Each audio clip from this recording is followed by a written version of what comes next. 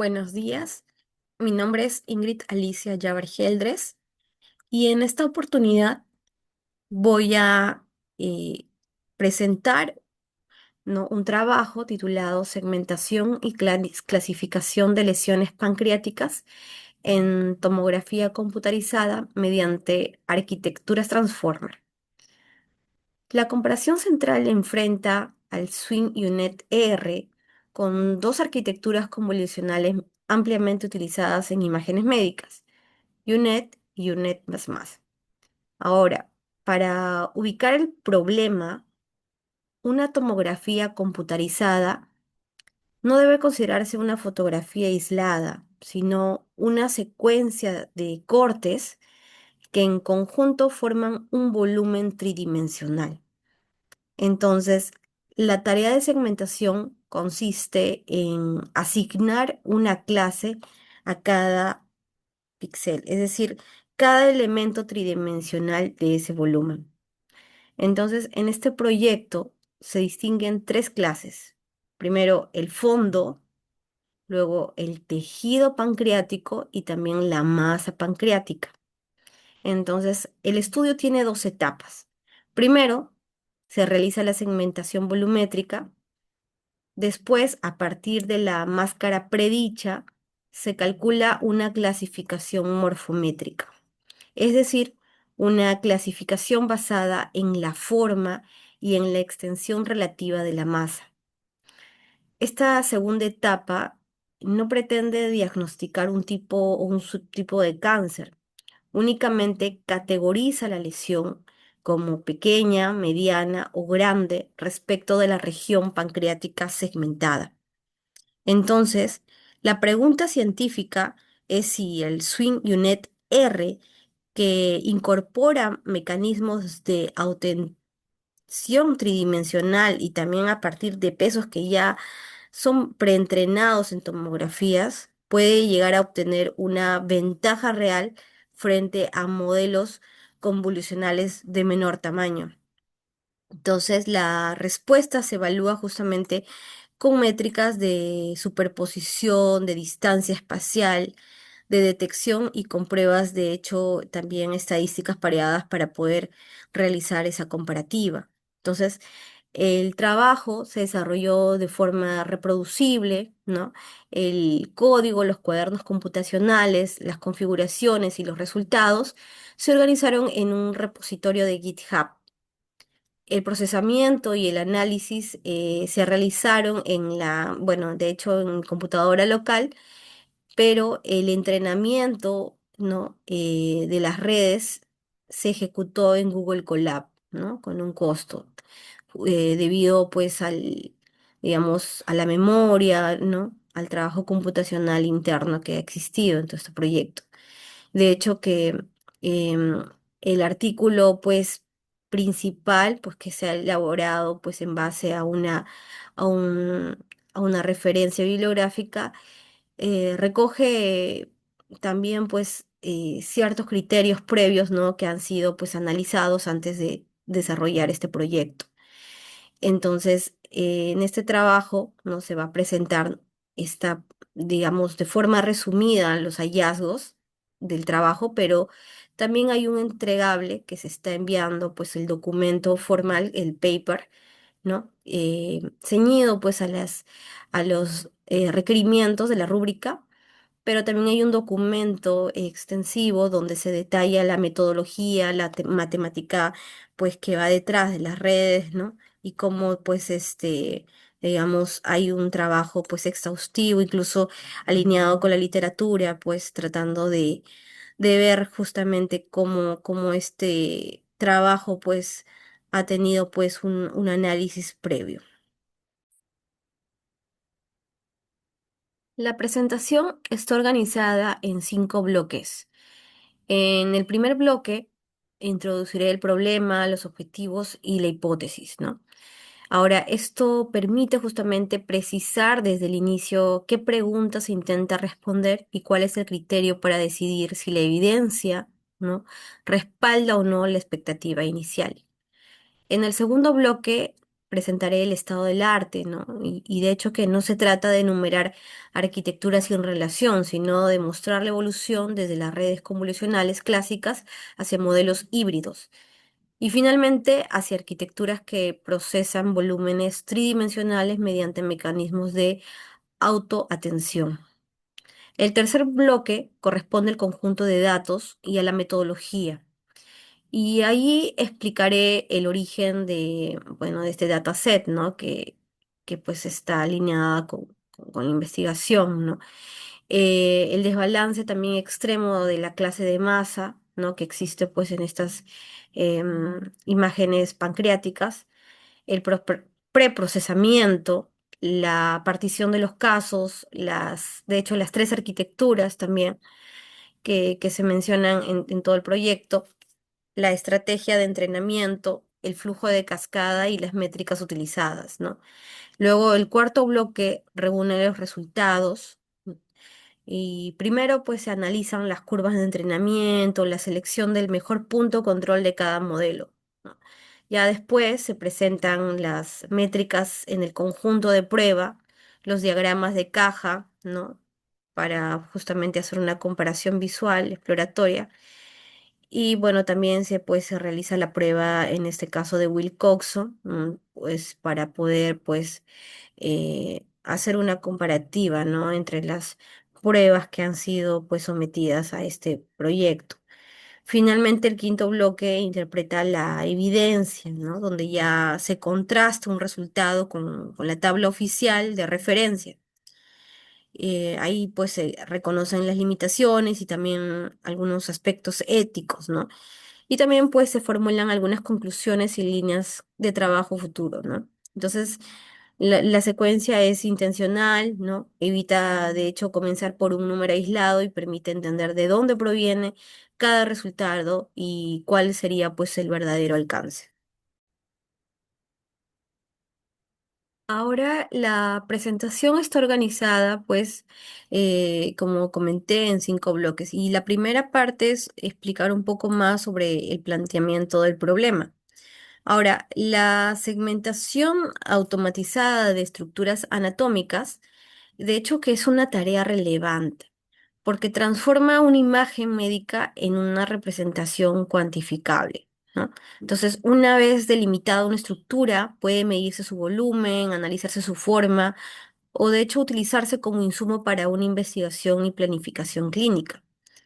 Y el páncreas representa, de hecho, ya de antemano un caso difícil, ¿no? Es un órgano alargado, de tamaño relativamente pequeño respecto de todo el abdomen, ¿no? Y con forma variable entre pacientes. Entonces, además, las masas pueden ser pequeñas, infiltrativas o de bordes poco definidos, ¿no? Y entonces estas características justamente complican tanto la parte de la localización como la delimitación, ¿no? Que podría existir en el trabajo. Y bueno, históricamente UNED y sus variantes han sido una referencia en segmentación médica. Su operación se basa en convoluciones, es decir, filtros que combinan información de una vecindad local. Entonces, a medida que la red se profundiza, el campo receptivo crece, pero la integración de relaciones espaciales distantes continúa siendo indirecta. Entonces, los modelos Transformer incorporan autoatención. La autoatención es de hecho, un mecanismo que asigna pesos a relaciones entre distintas partes de una representación, de modo que el modelo puede decidir qué regiones deben influirse mutuamente. En SwingUnit R, esta tensión se calcula dentro de ventanas tridimensionales y en bloques alternados. Entonces, las ventajas de hecho se desplazan, ¿no? Así se permite que la información atraviese progresivamente los límites de cada ventana sin pagar el costo de comparar todos los doxeles con todos los demás. Entonces, la arquitectura propuesta combina un codificador, ¿no? Swing Transformer jerárquico con un decodificador convolucional. y el codificador extrae más bien representaciones en distintas escalas y el decodificador reconstruye una máscara a resolución espacial. Además, el codificador parte de pesos preentrenados de forma autosupervisada sobre 5050 volúmenes de tomografía computarizada, ¿no? Y estos son los cuales han sido publicados por Medical Open Network for Artificial Intelligence, ¿no? Conocida por su sigla como MONAI, ¿no? Entonces, la pregunta es si esta ventaja conceptual y de preentrenamiento, ¿no? se traduce en una mejora empírica para la masa pancreática.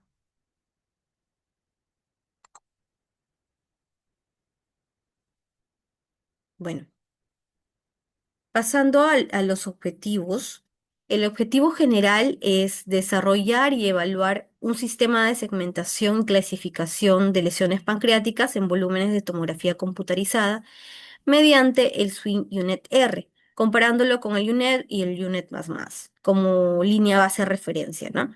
Entonces, el primer objetivo específico es adaptar este dataset de páncreas al procesamiento volumétrico, ¿no? Y esto exige, más que nada, uniformizar, ¿no? Em, digamos, la orientación, el espaciado físico y también las intensidades, ¿no? Y preparar subvolúmenes compatibles con la memoria disponible. Entonces, el segundo objetivo ya más bien es realizar un ajuste fino. Y el ajuste consiste en iniciar el entrenamiento desde pesos que ya han aprendido, representaciones generales del dominio médico, ¿no? En lugar de comenzar completamente desde valores aleatorios, ¿no?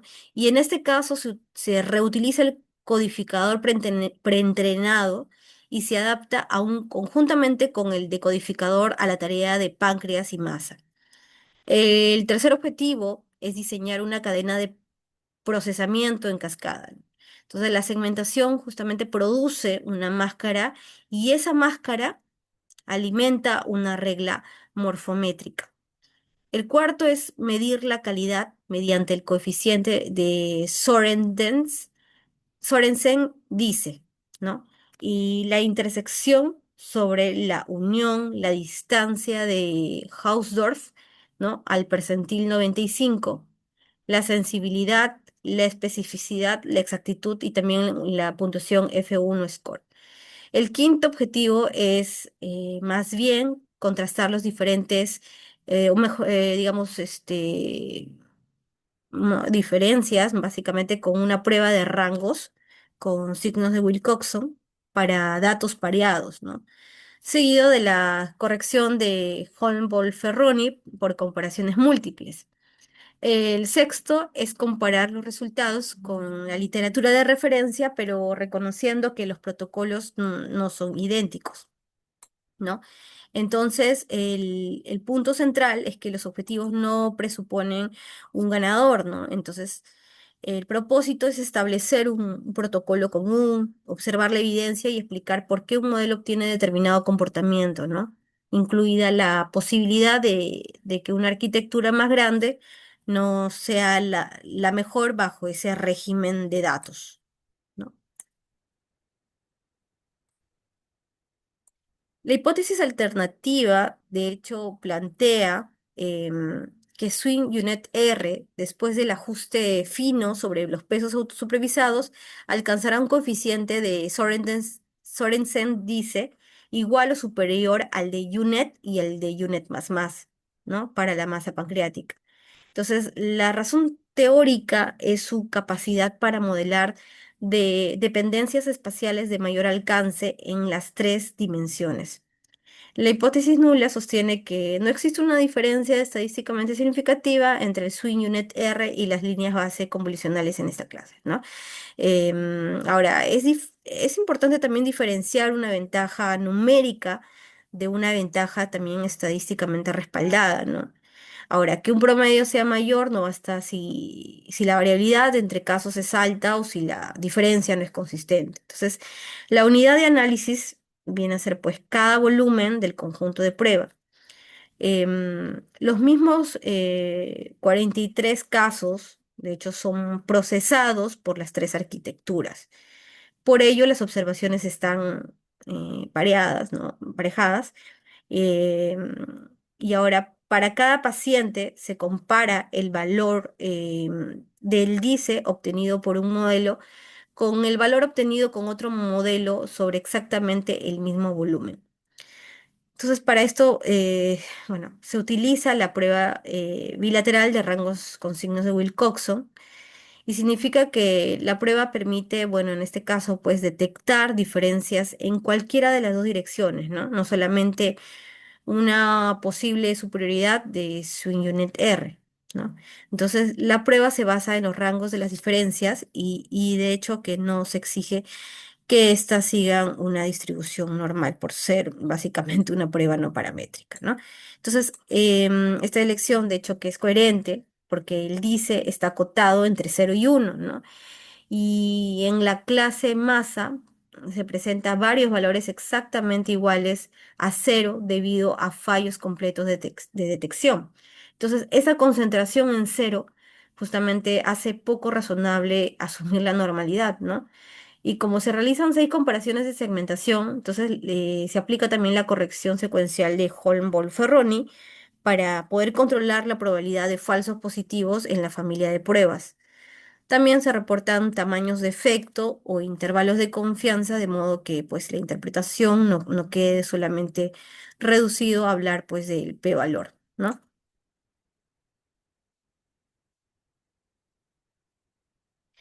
En el estado del arte, de hecho, puede organizarse en 3 generaciones, ¿no? La primera corresponde a las arquitecturas convolucionales clásicas. Y ahí se encuentran las redes totalmente convolucionales, ¿no? Que es la SegNet, la UNet, la DeepLab, la red de agrupamiento piramidal, la UNet++ y el NNU, ¿no? Net.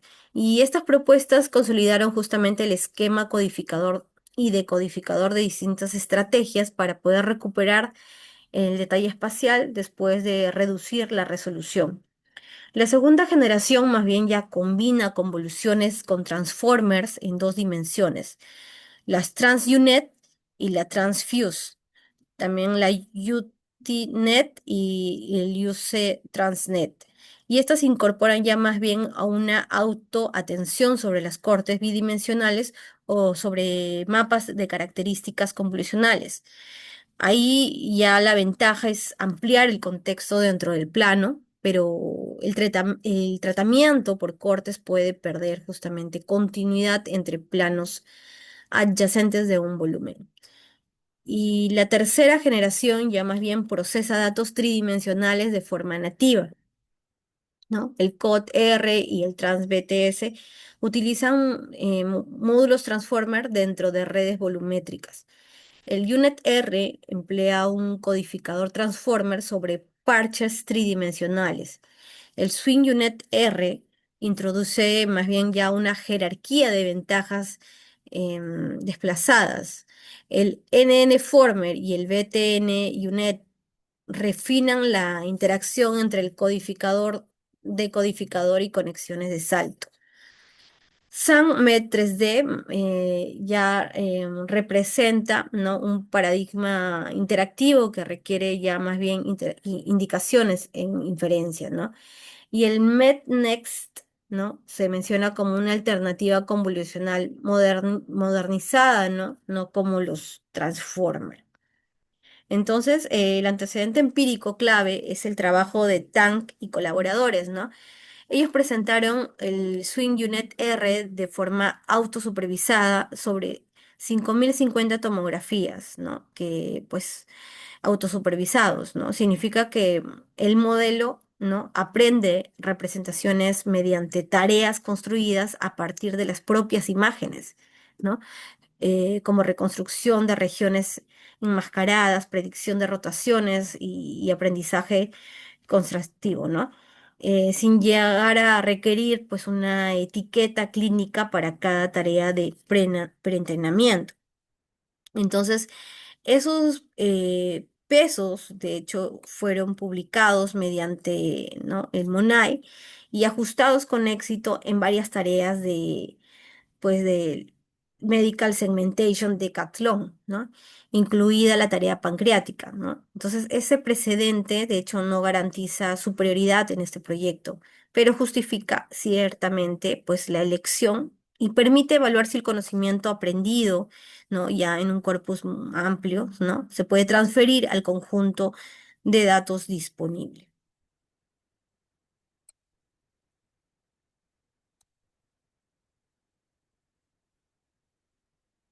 Perfecto. Bueno, la comparación crítica utiliza cuatro criterios, ¿no? El primero es la tridimensional. UNet y UNet++ pueden implementarse con convoluciones tridimensionales, mientras que el Swing UNet R está diseñado para operar sobre un volumen mediante parches y bloques jerárquicos de atención. El segundo criterio es la representación de dependencias espaciales. Las redes convolucionales integran contexto mediante filtros locales, capas sucesivas y reducción de escala.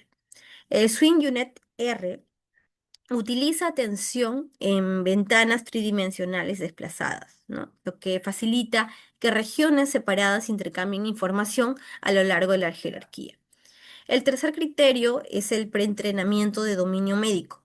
UNet y UNet++ se entrenan desde una inicialización aleatoria, ¿no? Y el Swing y UNet R más bien parte de un codificador preentrenado con tomografías, lo que potencialmente ofrece representaciones iniciales mucho más pertinentes para el problema. El cuarto criterio es el costo computacional, ¿no? UNED tiene aproximadamente 4,8 millones de parámetros, ¿no? El UNED++, 7 millones. Y Swing UNED R, 62,2 millones, ¿no? Un parámetro básicamente es un valor que la red aprende durante el entrenamiento.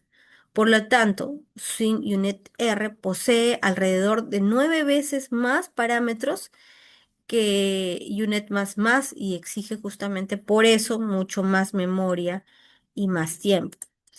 TransUNet fue considerada en la etapa de diseño, pero no se implementó porque su formulación principal opera sobre cortes bidimensionales. Y ahora, dado que pues, el dataset de páncreas es volumétrico, entonces una solución por cortes habría introducido, de hecho, una pérdida de continuidad entre planos o de repente haber requerido un rediseño adicional, ¿no? Y esta precisión es importante, ¿no? TransUNet forma parte del análisis conceptual, pero no de los resultados experimentales. En consecuencia, Swing Unit R fue seleccionada como arquitectura transformer tridimensional y se comparó directamente con dos líneas bases convolucionales entrenadas bajo el mismo protocolo. Entonces, la comparación permite evaluar si el costo adicional y el preentrenamiento producen una mejora medible.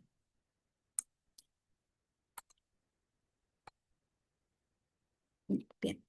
El conjunto de datos utilizados es el dataset de páncreas, ¿no?, perteneciente al Medical Segmentation de Catlón, ¿no? Y bueno, la cual es una colección pública, ¿no?, diseñada para poder comparar métodos de segmentación médica.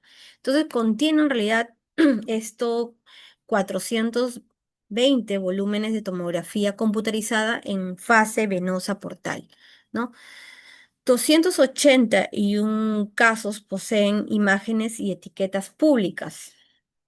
Los 139 restantes forman el conjunto de prueba oficial sin etiquetas públicas, por lo que no pueden emplearse para calcular métricas locales, ¿no? Entonces, el experimento se construye exclusivamente con los 281 casos etiquetados que se dividen, ¿no?, en entrenamiento, validación y prueba. Entonces, las imágenes provienen del Memorial Scattering Cancer Center. Las anotaciones distinguen fondo, ¿no?, parenquima pancreático y también pues la masa, ¿no? Ahora, la clase masa puede representar, pues, puede ser un quiste o un tumor, ¿no? Por ello no debe interpretarse automáticamente como cáncer histológicamente confirmado, ¿no? Entonces, esta distinción es importante cuando en algunos archivos de código aparece la etiqueta operacional cáncer, ¿no? Entonces, el desbalance es extremo, ¿no? De hecho, el fondo representa, ¿no? Aproximadamente 99,78% de los voxeles, ¿no? El páncreas, ¿no? 0,1896, ¿no? Y la masa apenas 0,0285%, ¿no? Ahora, la gráfica muestra que la extensión relativa de la masa, ¿no? Se concentra en valores bajos y presenta una cola hacia valores mayores, ¿no? Además, todos los casos etiquetados contienen alguna masa, ¿no? Entonces, no existe un grupo de pacientes con páncreas sin lesión dentro de esta partición. Ojo, ¿no? Por ello, no sería metodológicamente válido evaluar una clasificación binaria de presencia o ausencia, de hecho, usando este conjunto de datos, ¿no? Entonces, por eso, ¿no?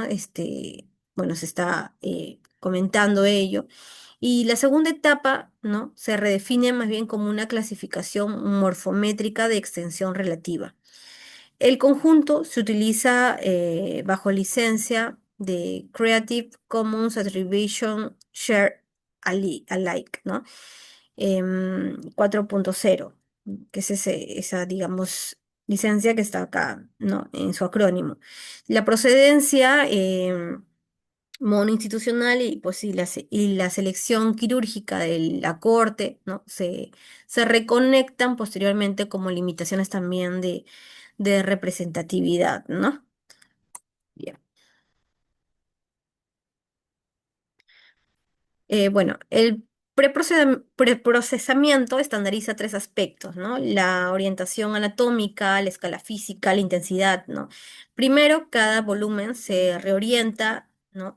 A la convención derecha anterior superior, ¿no? Conocida por las iniciales RAS en inglés, ¿no? Y esta convención fija justamente el sentido de los tres ejes anatómicos, ¿no? Y evita que dos volúmenes equivalentes se interpreten con orientaciones distintas, ¿no? Segundo, los volúmenes se remuestrean a un espaciado isotrópico, ¿no? De 1,5 milímetros. Y ahora, isotrópico, ¿no? Significa que cada voxel representa la misma longitud, ¿no? Que puede existir justamente entre los tres ejes, ¿no? Y eso es importante porque el espaciado axial original es heterogéneo, principalmente de 2,5 o 5 milímetros, ¿no? Entonces, tercero, pues las intensidades se recortan a la ventana abdominal comprendida entre menos 135 y 215 unidades, pues, Hounsfield, ¿no? Y las unidades Hounsfield, ¿no? Cuantifican justamente la tensión de los tejidos en tomografía computarizada. Después, ya, los valores ya más bien se normalizan al intervalo entre 0 y 1 para estabilizar el entrenamiento, ¿no?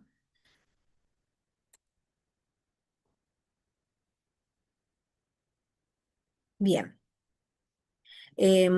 Bueno, se evaluaron tres modelos tridimensionales, ¿no? Como se comentó, el UNET, que es la base convolucional más simple y tiene aproximadamente 4,8 millones de parámetros. UNET conserva más bien el fundamento convolucional, ¿no? Pero incorpora conexiones de saltos densas y anidadas, ¿no? Con cerca de 7 millones de parámetros, ¿no? Y el Swing Unit R utiliza un codificador transformer jerárquico y tiene aproximadamente 62 2 millones ya de parámetros.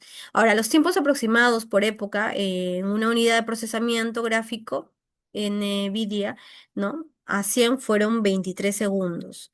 Para UNET, más bien 55.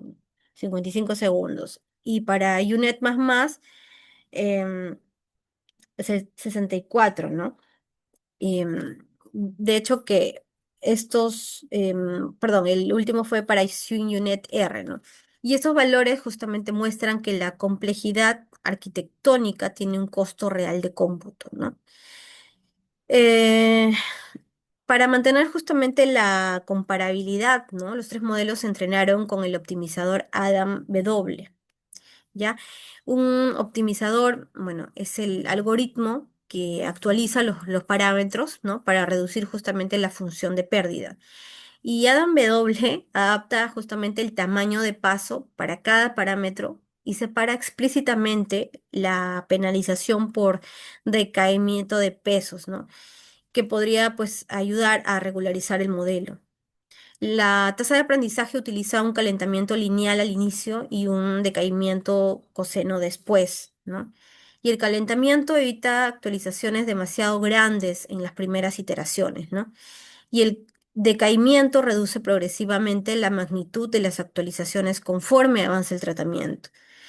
La función de pérdida combina el término de dice con entropía cruzada ponderada por clase.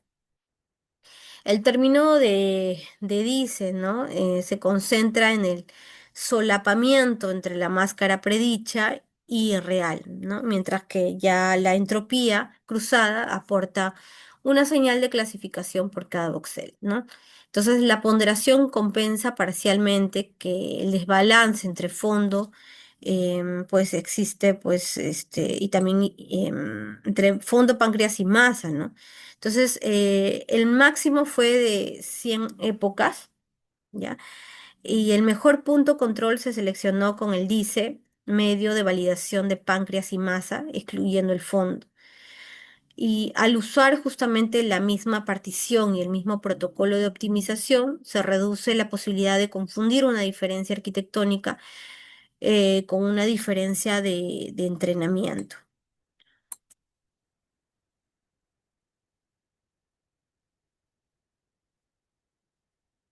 Bien.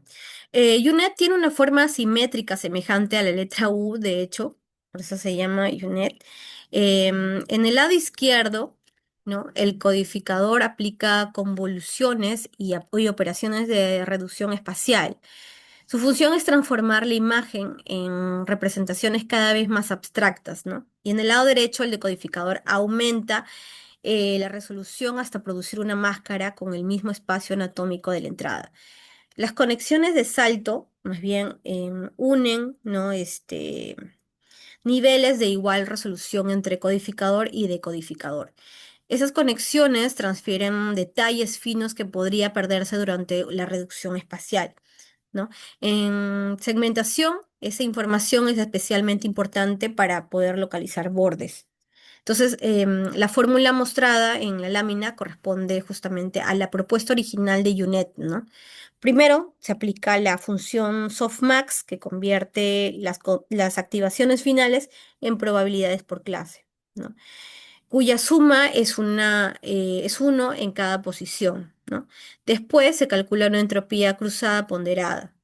Entonces, la función de pesos combina un término de balance de clases con un término que aumenta el peso de los píxeles cercanos, ¿no?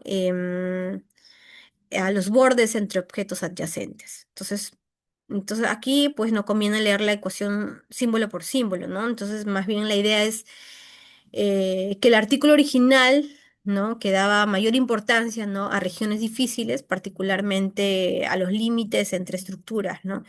Eso es lo que hacía el artículo principal, pero en este proyecto esa formulación no se utiliza de manera literal, ¿no? Y ahora, para comparar o para asegurar en todo caso una comparación homogénea, ¿no? UNET, UNET++ y el Swing UNET R se entrenan con la misma pérdida combinada del DICE y entropía cruzada ponderada. Entonces, en este caso, UNET actúa como una referencia mínima si una arquitectura más compleja no la supera. Entonces, su complejidad adicional no estaría pues justificada bajo este protocolo, ¿no? Entonces, si lo supera, todavía debe comprobarse también si también supera a UNet++, ¿no? Que básicamente incorpora ya una mejora estructural específica en las conexiones de salto.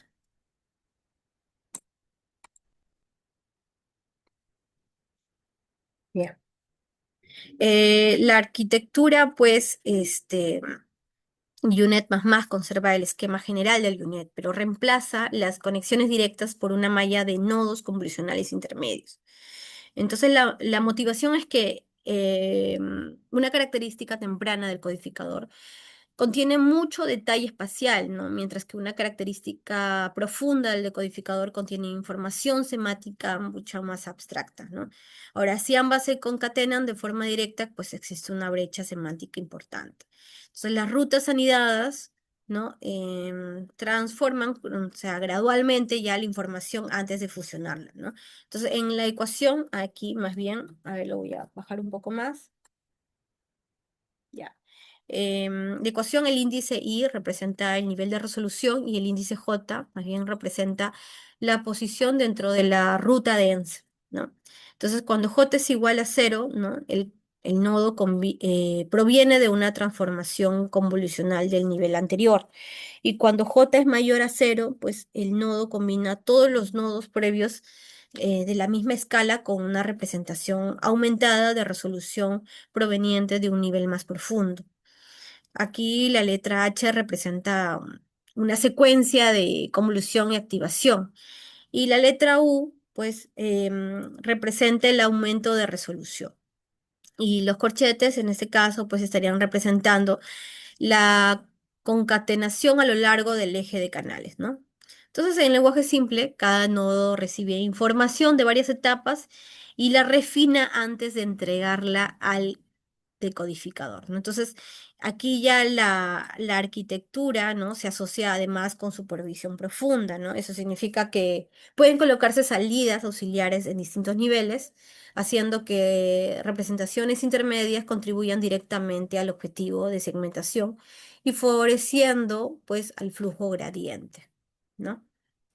Bien, entonces ahora voy a bajar. Bien. Entonces ya ahora entrando pues al Zoom Unit R, más bien mantiene una estructura de codificador y decodificador, ¿no? Entonces el codificador transforma el volumen en parches tridimensionales y los procesa en etapas jerárquicas. Entonces a medida que avanza, reduce justamente la resolución y aumenta la riqueza de las características. Y el decodificador recibe esas características mediante conexiones de salto y reconstruye la máscara final, ¿no?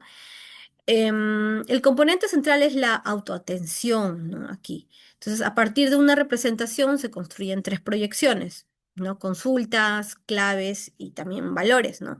Entonces, las consultas expresan qué información busca cada elemento.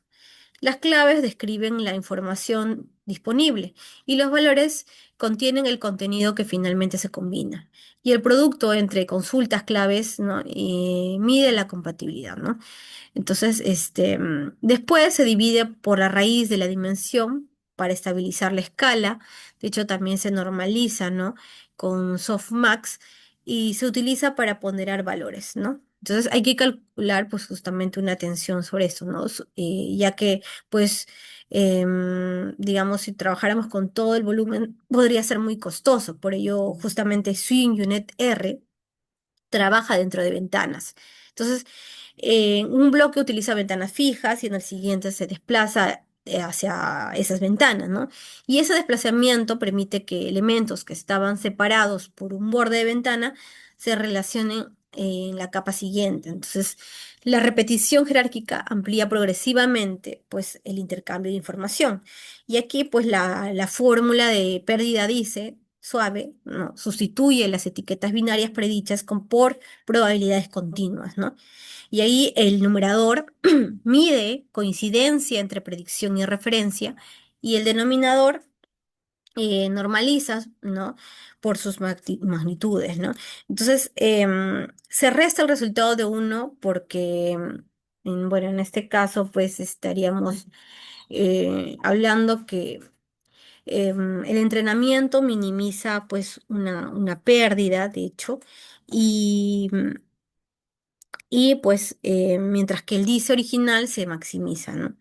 Entonces aquí para mantener pues compatibilidad más que nada con el punto de control autosupervisado, se utiliza un tamaño de características igual a 48, ¿no? También se activa guardado de gradientes por puntos de control, conocido como gradient checkpointing, ¿no? Y esa técnica pues no guarda todas las activaciones intermedias, ¿no? Algunas se recomputan, como dicen, ¿no? Bueno, el beneficio es menor consumo de memoria gráfica a cambio de mayor, pues, tiempo de cálculo también.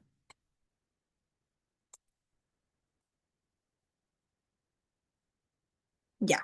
Ahora, el sistema tiene dos etapas. En la primera arquitectura recibe un volumen preprocesado y produce una máscara de voxel a voxel con tres clases: fondo, páncreas y masa.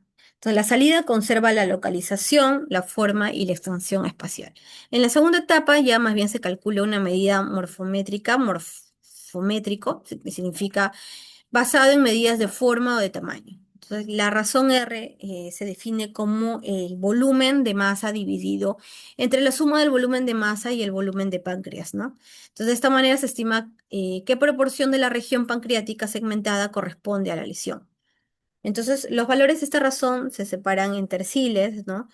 Un tercil divide la distribución de entrenamiento en tres grupos con tamaños aproximadamente semejantes. Así se definen las categorías pequeñas, ¿no? Bueno, pequeña, mediana y grande. Entonces, los umbrales se calculan únicamente con el conjunto de entrenamiento, justamente evitando que información del conjunto de prueba influya en la regla, ¿no? No se entrena, de hecho, una segunda red neuronal, ¿no? La categoría se obtiene mediante una regla determinística aplicado a la máscara predicha, ¿no? Y eso permite evaluar si la segmentación es suficientemente coherente para conservar una propiedad geométrica de interés, ¿no? Bueno, ahora voy a explicar un poco más sobre las métricas de evaluación, ¿no? Y aquí el coeficiente de Sorensen dice, ¿ya? eh, es una de las que se va a utilizar, ¿no? Que básicamente es dos veces, ¿no? El volumen, ¿no? De la intersección entre la predicción y la referencia, ¿no? Dividido entre la suma de ambos volúmenes, ¿no? Y un valor de uno significa coincidencia perfecta y un valor de cero indica ausencia eh, de solapamiento. Entonces, la intersección sobre la unión, ¿no? También conocida, ¿no? Como el índice de Jacquard, ¿ya?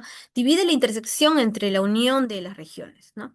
Ahora, mide el mismo concepto general, pero suele producir valores menores que el dice, ¿no? Para una misma predicción. De hecho, ambas métricas se calculan por clase y por caso, ¿no? Ahora también tenemos la distancia de Hausdorff al percentil 95, ¿no? Y esta evalúa discrepancias entre las superficies. Entonces, para cada punto del borde predicho se calcula una distancia al borde real, ¿no? Y se repite en la dirección contraria, en lugar de utilizar el máximo absoluto. Entonces se toma el percentil 95, lo que reduce justamente el impacto de un único valor extremo, ¿no? Y aún así, una región falsa lejana ya podría aumentar consideraciones, pues, de impacto, ¿no? Pues con esta distancia. Entonces, la sensibilidad, ¿no? Es la proporción de voxeles positivos, ya, reales que el modelo llega a detectar. Ahora, una sensibilidad baja indica que la subsegmentación o que existe una subsegmentación o falsos negativos, ¿no? Y la especificidad más bien es la proporción de voxeles negativos reales correctamente excluidos. Entonces, una especificidad baja refleja justamente sobre segmentación o falsos positivos. Y en cada clase masa existe justamente un efecto techo de especificidad, ¿no? Como casi todos los voxeles pertenecen al fondo o al páncreas, un modelo puede clasificar correctamente una enorme cantidad de negativos y alcanzar una especificidad cercana a uno, incluso si llegara a detectar mala masa. Por ello es que la especificidad no debe interpretarse también de forma aislada. Bien. De hecho, el primer control es la semilla aleatoria, ¿no? Y es que la cual es 42, ¿no? Se utiliza justamente en dos procesos distintos. La partición de los datos y la iniciación de entrenamiento. Ahora hay que fijar una semilla, pues, porque nos ayudaría justamente a repetir la secuencia, ¿no? Pseudoaleatoria, ¿no?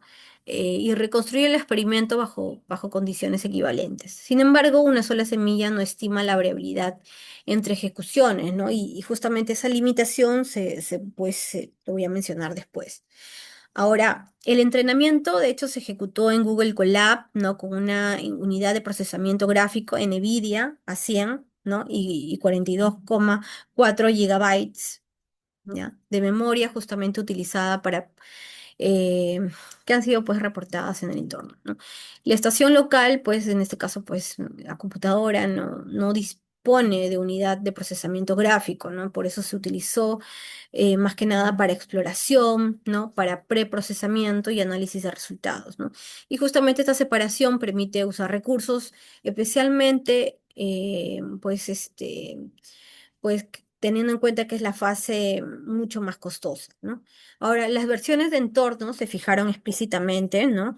Python 3.12, ¿ya? Que fue la versión, el PyTorch 2.11 con soporte de CUDA, ¿ya? 12.8, Monai 1.6, en NumPy 2.0.2, el Nibabel 50.4.2, el Simplay TK, ¿no? 2.5.5 y Einops 0.8.2, ¿no? Ahora, fijar versiones de hecho reduce errores derivados de cambios en interfaces o implementaciones, ¿no?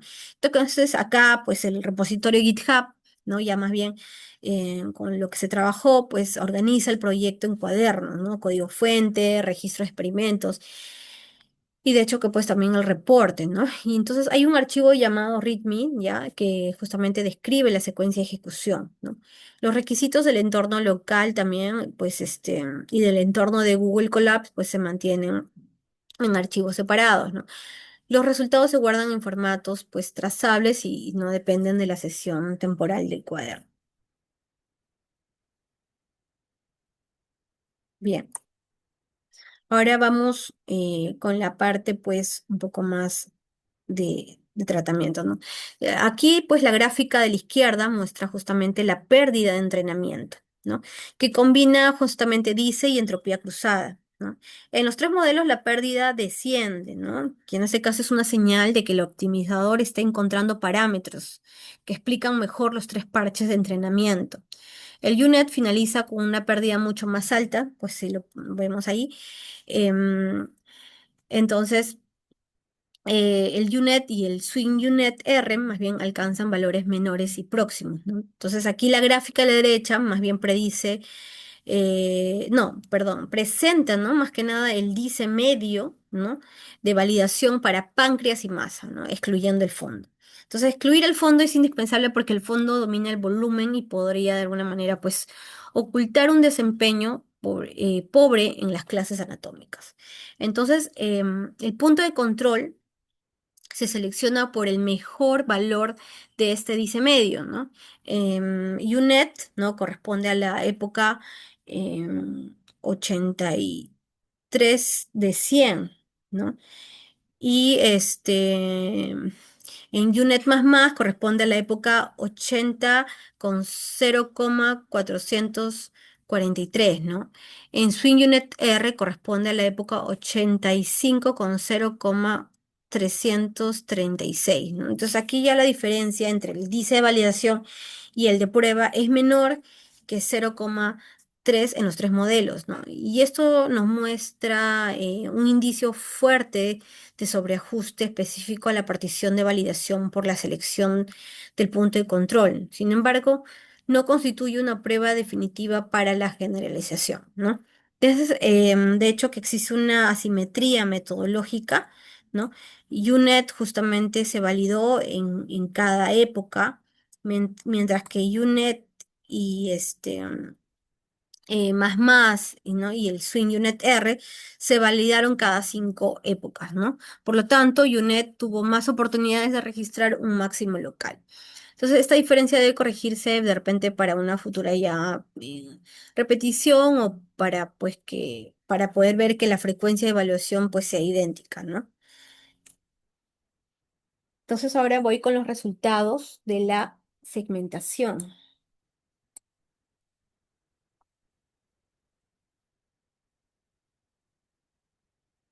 Ya. En los 43 casos de prueba, UNET alcanza un dice medio de 0,401 para páncreas, ¿ya? Y 0,191 para masa, ¿no? Entonces la intersección sobre la unión es 0,259 y 0,119. Entonces la distancia de Hausdorff, ¿no? Al percentil 95 es 74,10 milímetros para páncreas y 73,70 para masa, ¿no? Entonces, UNET más bien obtiene los mejores valores de superposición, ¿no? Su dice medio es 0,584 en páncreas y 0,293 en masa. La intersección aquí sobre la unión es 0,422, ¿no? Y 0,201. Entonces, la distancia de Hausdorff, ¿no? Es 69,94 milímetros en páncreas y 88,48 en masa, ¿no?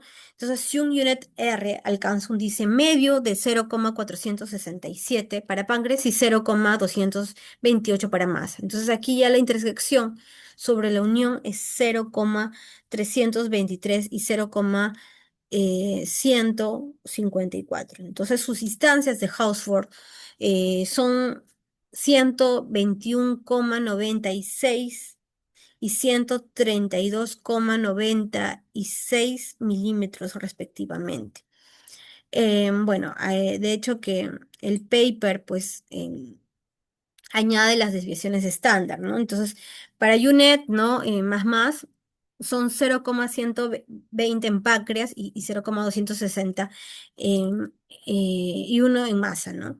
Entonces, bueno, en este caso, pues el primer hallazgo básicamente es que UNET logra el mejor dice medio con cerca de 9 veces menos parámetros que el UNET R y sin preentrenamiento extremo, ¿no? El segundo es que la masa es mucho más difícil que el páncreas para los tres modelos, ¿no?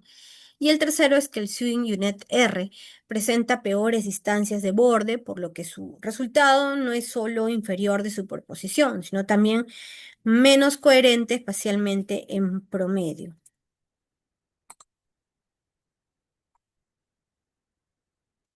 Bien. Entonces, los diagramas de caja permiten justamente observar la distribución por paciente. Entonces, la línea dentro de cada caja viene a ser pues la mediana y la caja cubre básicamente la mitad central de los casos. Y los bigotes muestran la extensión de los valores no considerados atípicos según la regla pues del gráfico. Entonces, en páncreas la mediana es 0,391 ya para UNET, ¿no? Eso lo tengo mapeado.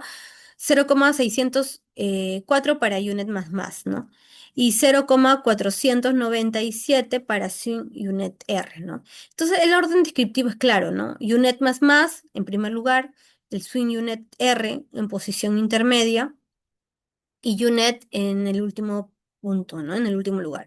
Entonces, en la clase de masa la dispersión justo es mucho mayor, ¿no? Entonces aquí las medianas son 0,193 para UNET, 0 o 270 para UNET ¿no? Y 0,126 para Swing UNET R. Entonces la mediana del Swing UNET R es menor que las dos líneas bases, ¿no?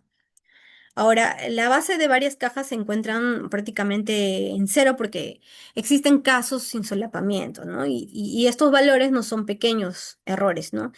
Un dice exactamente igual a cero significa que la máscara predicha de masa no comparte ningún voxel con la máscara real. Entonces, la figura también pues muestra por qué no debe afirmarse significancia, ¿no? Solo al observar las medianas, ¿no? Aquí ya más bien las distribuciones de masas se superponen ampliamente. Entonces, la pregunta estadística no es únicamente si la escala. Bueno, antes de comparar los modelos de dos en dos, ya se hace una prueba general, ¿no? Que solo pregunta si hay alguna diferencia entre los tres modelos, ¿no? Y aquí la respuesta es sí, ¿no? Tanto en páncreas como para masa. Pero el grado de acuerdo entre modelos, en ese caso que sería el valor W, ¿no? Es mucho más débil en la clase masa, ¿no? Que tiene un valor de 0,122, ¿no? Que en páncreas, que es 0,611. Es decir, eh, en la clase que más nos importa clínicamente, los modelos se parecen más entre sí, comparándola más bien las que dicen con sus diferencias pancreáticas, ¿no? Que podrían ser sugeridas, ¿no? Ahora, es clave remarcar que esta prueba no dice todavía cuál modelo es el mejor, solo que existe alguna diferencia.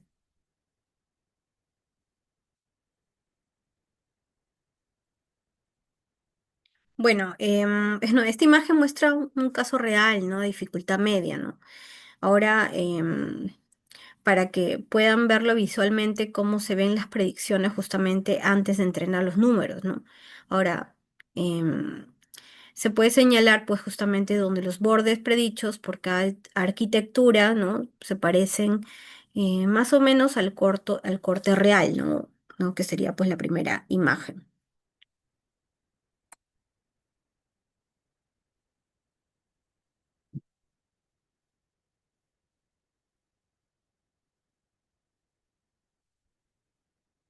Ya.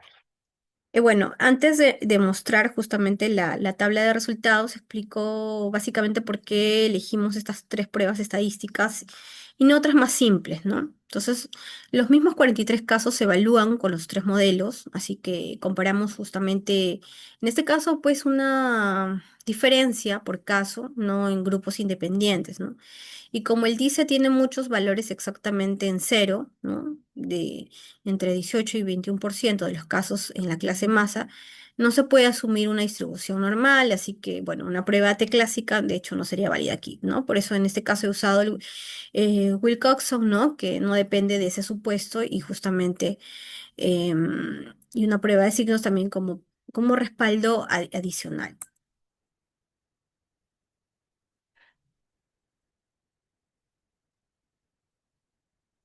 Bueno, esta es la diapositiva central, ¿no? De toda la charla. Un poco conviene tomarse pues un momento aquí. Miren justamente las dos filas resaltadas en gris, ¿no? Que son las comparaciones del SUNY-UNET R contra cada modelo convolucional en la clase masa, ¿no? Y ninguna es estadísticamente significativa, ¿no?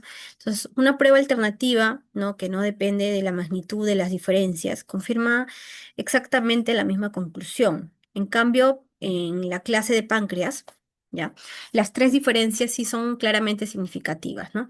Y el patrón de no hay diferencia es específico de la masa, ¿no?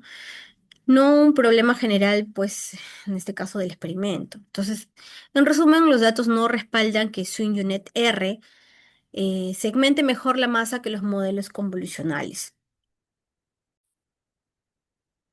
Bueno, esta diapositiva explica por qué Swing Unit R tenía el peor, ¿no? HD 95, ¿no? Aunque dice fuera razonable, ¿no?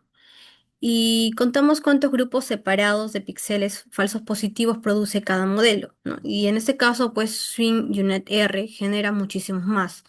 En promedio, 26 veces más que UNET más 3D. Entonces significa que por sus errores no están concentrados en un solo lugar, sino más bien esparcidos en muchos fragmentos pequeños por toda la imagen, lo cual básicamente explica directamente por qué su distancia de borde es tan alta.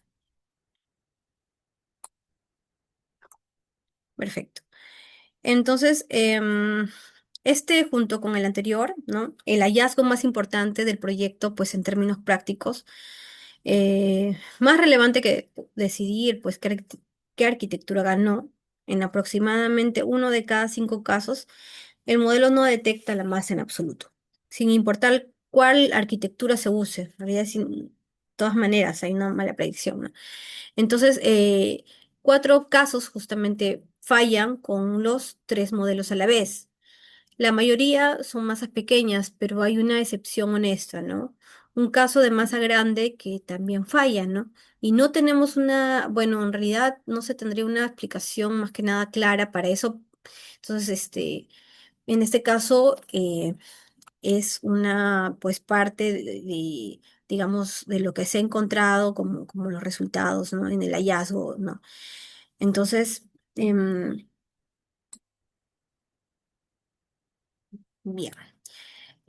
Bueno, de hecho, hay una pues coherencia pues también espacial, ¿no? Que está existiendo aquí, ¿no? Los hallazgos justamente en los rangos del HD95 son muy amplios, ¿no? En los tres modelos, ¿no? Entonces, lo que indica que el desempeño varía mucho de un caso a otro, ¿no? No que un modelo sea uniformemente peor en todos los casos. Entonces, el valor sistemáticamente más alto de SwingUnit R es consistentemente con la fragmentación de falsos positivos, ¿no? Que ya confirmamos justamente, pues, en la parte anterior, ¿no? En la lámina anterior, ¿no? Y aquí solo más bien se reporta, de forma descriptiva, sin una prueba de hipótesis formal, ¿no? Porque, de hecho, no era parte del plan estadístico original.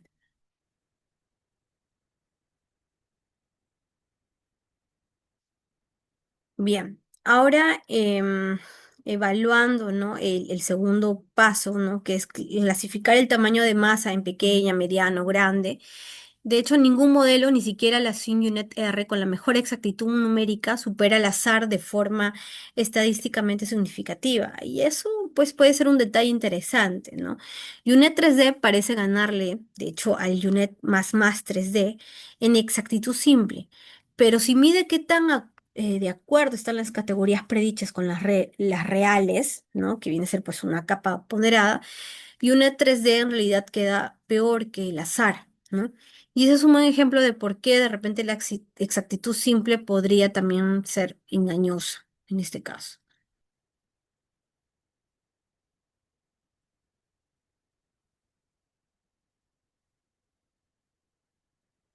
Bien. Bueno, comparamos nuestros números con los publicados por el equipo original de SwingUnit R, que son bastante mucho más altos que las que se han encontrado, ¿no? En este trabajo. Pero hay que ser cuidadosos, ¿no? Ellos usan una validación cruzada y combinan varios modelos ensamblados también, ¿no? Entonces, mientras que en este proyecto se han usado una sola partición y un solo modelo por arquitectura. Por eso se prefiere decir que esa cifra básicamente es una referencia externa que da pues contexto sobre el margen de mejora posible, ¿no? No un techo directamente comparable con nuestros resultados.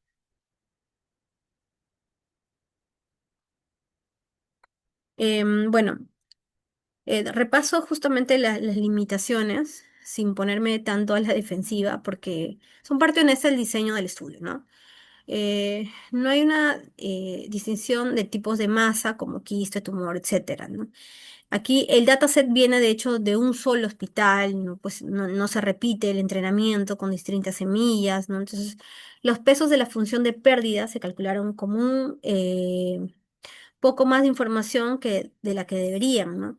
Y la frecuencia de validación no fue igual entre modelos, ¿no? Ahora, si se preguntaran, pues, cuál es la más grave para la validez de las conclusiones, pues no haber repetido el entrenamiento, ¿no? Que de repente eso podría haber cambiado un poco más la historia, ¿no?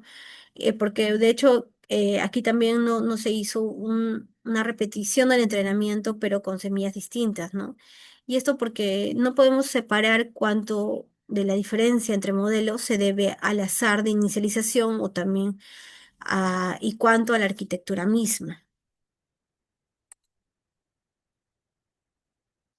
Bien, ahora pasando ya un poco más a las consideraciones éticas. El dataset está desidentificado, ¿no? Aunque eso nunca elimina por completo el riesgo de reidentificación, ¿no? El entorno de cómputo en la nube, de hecho, maneja pues los datos de forma temporal y sin credenciales expuestas, ¿no? Entonces, aquí se verifica que las licencias también de las herramientas y los pesos preentrenados permitan justamente ese uso, ¿no? Y el punto es que nunca debe suavizarse, ni siquiera de repente frente a una audiencia clínica, ¿no? Entusiasmada con los resultados, ¿no? Y esto es un prototipo de investigación, o sea, no es algo validado para usarse con decisiones médicas reales, ¿no? Ya. Bueno, bueno, esta es un poco ya la síntesis, ¿no? Que, que yo creería pues que también es importante mencionar porque, bueno, en realidad es, digamos, el resultado final, ¿no? Y de hecho que en esta parte pues se puede hablar sobre un poco ya em, cómo salieron los resultados, ¿no? Y básicamente el H1, pues que viene a ser pues la hipótesis alternativa, ¿no? De investigación no está respaldada para la masa, ¿no? El swing unit R no supera de forma estadísticamente significativa a la UNET ni a la UNET más, ¿no? Además, la mediana de DICE es inferior a la de ambos, ¿no? Entonces, la segunda conclusión es que el UNET obtiene el mejor dice medio tanto en páncreas como en masa, ¿no? Y este justamente resultado es notable porque utiliza aproximadamente 9 veces menos parámetros que la SIMUNET R, ¿no? Y no parte del entrenamiento externo. La tercera conclusión requiere un poco más matiz, ¿no? La Swing UNET R sí supera significativamente a la UNET en páncreas. Por tanto, la arquitectura y el ajuste fino aportan justamente una mejora de la línea base más simple, ¿no? Sin embargo, esa mejora no alcanza la UNET más, ¿no? Entonces, en la clasificación morfométrica, sin UNET R obtiene la exactitud y la puntuación F1 más alta. No obstante, después de corregir por comparaciones múltiples su exactitud, no es estadísticamente superior, ¿no? Al azar. Entonces, el resultado debe interpretarse en este caso ya más como algo exploratorio, ¿no? Ahora, bueno, la cuarta conclusión es la más importante desde la perspectiva clínica, considero, ¿no? Pues entre 18,6 y 20,9% de los casos, ¿ya? Presenta justamente, dice cero para la masa, ¿no? Y esta tasa de omisión es transversal, pues justamente a las tres arquitecturas, ¿no? Por lo tanto, el valor del estudio no consiste únicamente en declarar un ganador, ¿no? Consiste también en demostrar que una arquitectura más grande no garantiza mejor desempeño. Cuantificar también las diferencias con un diseño pareado, pues o identificar fallos compartidos y delimitar con responsabilidad el alcance del prototipo es parte de lo que también se ha trabajado, ¿no? Entonces, eso creo que es algo importante. Ahora, simplemente comentar que pues para trabajos futuros podría utilizarse esta línea de investigación, ¿no? Ya para casos de fallo total, revisar de repente las imágenes, anotaciones y transformaciones, medir el tamaño, localización y contraste, ¿no? Y también verificar algunos componentes conectados y de repente estudiar también el muestreo de páncreas que se observó pues ya con parches, ¿no? Suficientemente para la lesión, ¿no? Entonces, bueno, otra cosa que también se puede hacer es una repetición del entrenamiento con varias semillas, creo que ya se había comentado eso. La tercera, pues, es diseñar estrategias específicas para masas pequeñas, ¿no? Se puede utilizar de repente un aprendizaje curricular que presenta primeros ejemplos sencillos, y aumentar gradualmente la dificultad o ajustar la proporción de parches positivos y negativos, ¿no? Entonces, bueno, para SwimUniTR ya más bien se propone utilizar tasas de aprendizaje diferentes para codificador y decodificador, ¿no?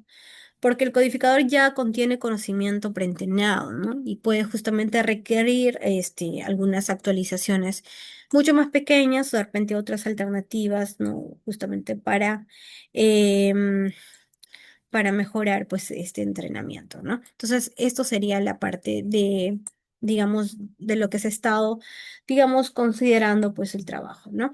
Entonces, todos los códigos, ¿no?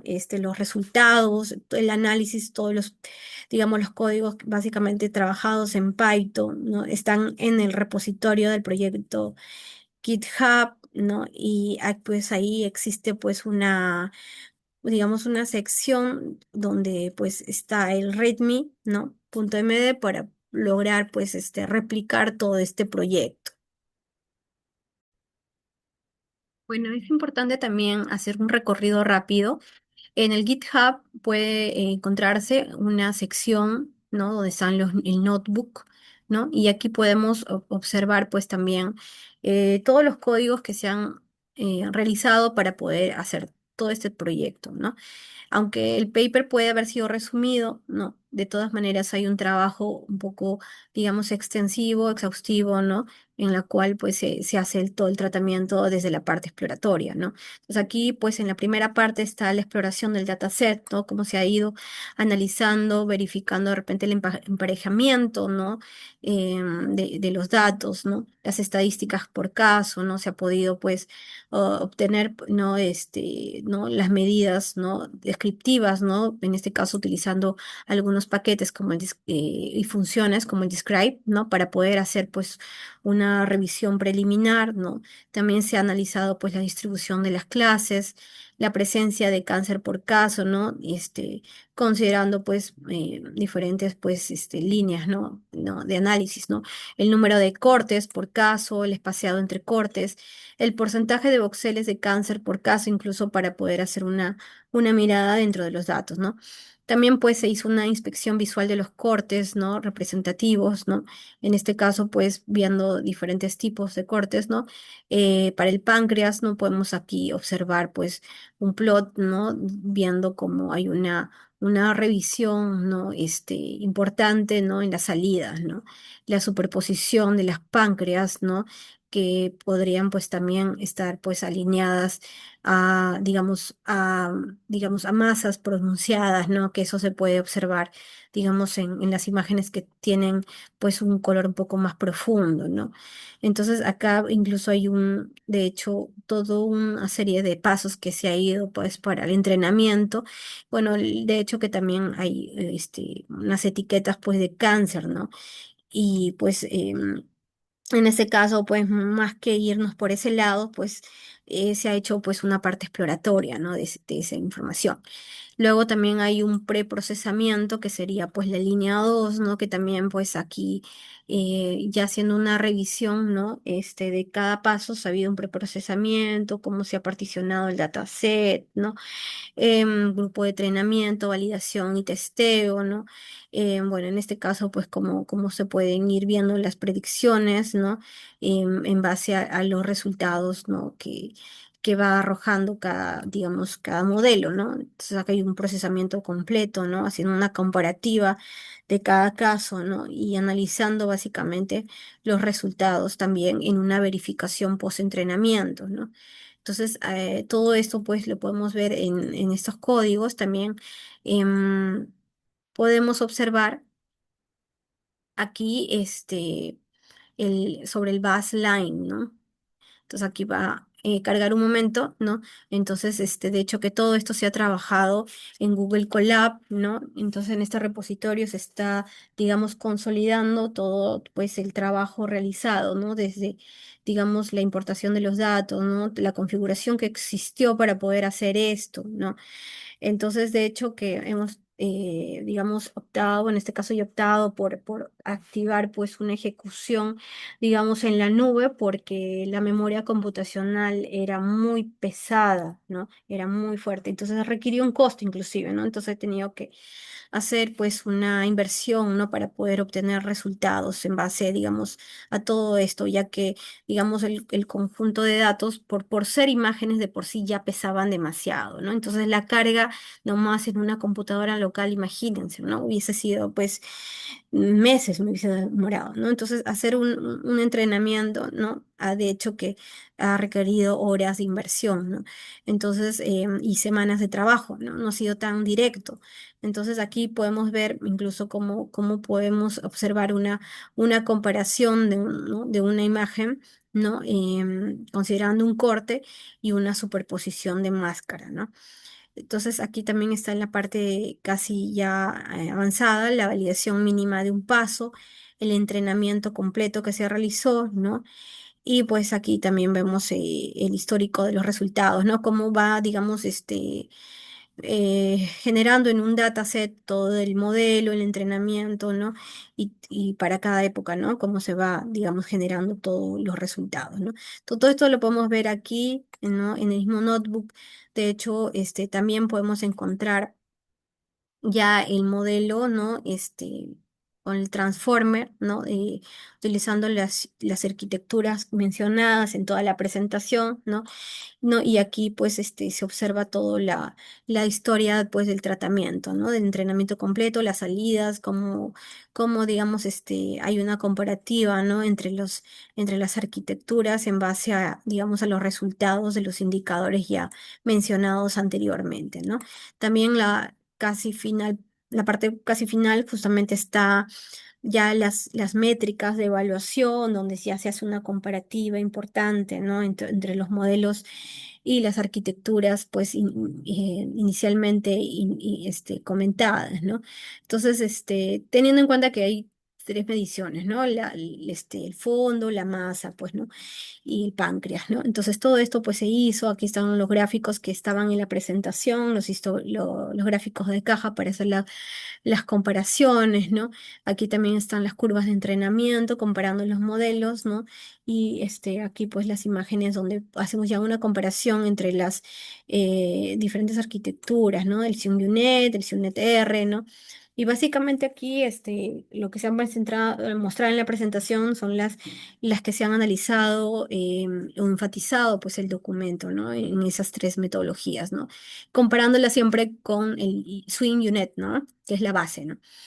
Entonces, bueno, básicamente es esto, ¿no? Todo esto está en notebooks, ¿no? En imagen segmentación se puede ver toda, pues, la arquitectura trabajada para poder hacer toda esta segmentación de datos, ¿no? Tenemos el dataset, los modelos, el entrenamiento, la evaluación, todo ha sido de hecho, con código Python, ¿no? Y en este caso también, pues, hay digamos, una conclusión, ¿no? Final del proyecto, ¿no? Y en este caso, pues, que el sistema no debería entenderse como un prototipo de investigación, ¿no?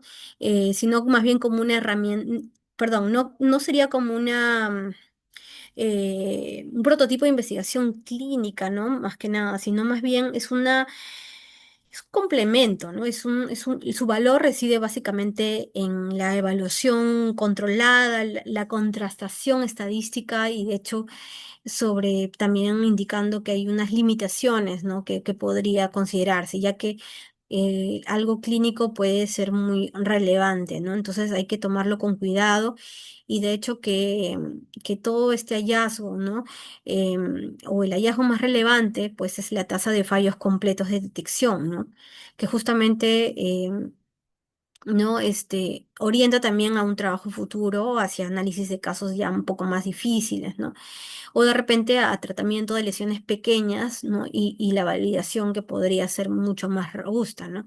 Y solamente recordando que el UNET++ obtiene el mejor DICE medio en páncreas y masa. El CIUN UNET R, que fue el que fue sometido a la comparación, mejora a la UNET, ¿no? Pero la UNET++ igual sigue ganando, ¿no? Entonces, ahora, ningún modelo demuestra, pues justamente, como se comentó, que una clasificación morfométrica significativamente superior al azar, ¿no? Pues sea, digamos, mucho mejor, ¿no? Después de la corrección por comparaciones múltiples, ¿no? Entonces, ese sería el trabajo que se estaría presentando. Muchas gracias.